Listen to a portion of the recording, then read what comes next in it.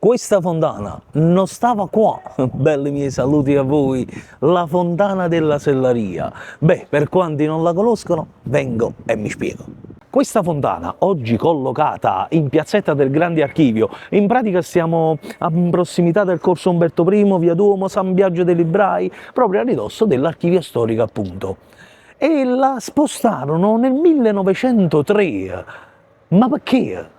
Perché? Perché dovettero fare i lavori del risanamento e quindi spostarono la fontana che prima stava un po' più avanti. Diciamo, oggi potremmo collocarla nella zona dei Quattro Palazzi, cioè Piazza Nicola Amore, un po' più dentro.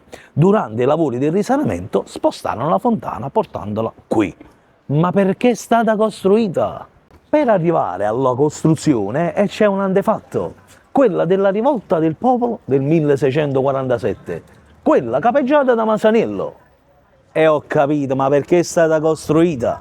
Costruita nel 1650 per volere del viceré sotto Filippo IV, perché pare che all'epoca era proprio, come dire, abitudine, usanza degli spagnoli che una volta sedata la ribellione, la rivolta del popolo, facevano abbattere le loro case, le case dei ribelli appunto, come in quell'anno fecero abbattere le case dei ribelli, fecero la strada e gli misero la fontana, fecero costruire questa fontana come simbolo di aver ripreso il controllo sul popolo.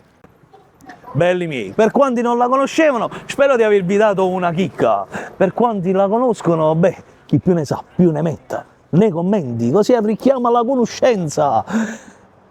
Fontana della Sellaria o Sellaria, fatemi sapere, e buona storia. Un bacione.